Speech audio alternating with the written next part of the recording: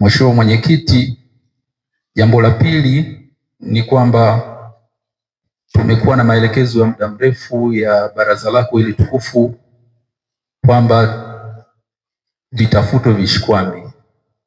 Naomba nitoe taarifa kwamba leo utaongoza zoezi la kugawa vishikwambi kwa waheshimiwa madiwani kwa ajili ya kutekeleza majukumu yao.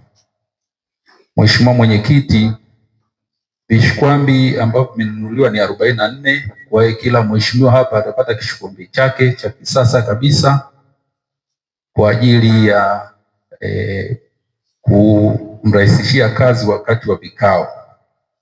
Kwa hiyo tumenunua hivyo, halmashauri imenunua vishikwambi hivyo 44 kwa mzabuni anayeitwa Biazo T Technologies kwa thamani ya shilingi milioni 26.4. Kwa hiyo mwenyekiti, baada ya maelezo haya utapata fursa ya kuweza kuwagaia waheshimiwa madiwani vishikwambi hivyo ili sasa waanze kazi rasmi ya kutumia vishikwambi hivyo.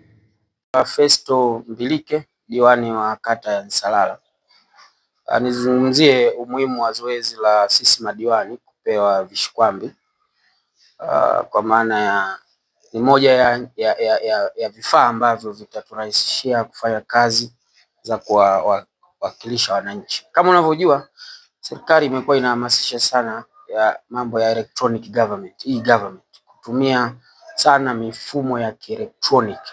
Kuna sisi madiwani tunatakiwa kuwa nyuma, ndio maana tunatoa hivyo vishikwambi ili tuweze kufanya kazi kielektroniki na kuwasilisha mapendekezo ya wananchi kwa njia za kimifumo. Na kama unavyojua, serikali imekuwa inazindua mifumo mbalimbali ya uendeshaji wa halmashauri.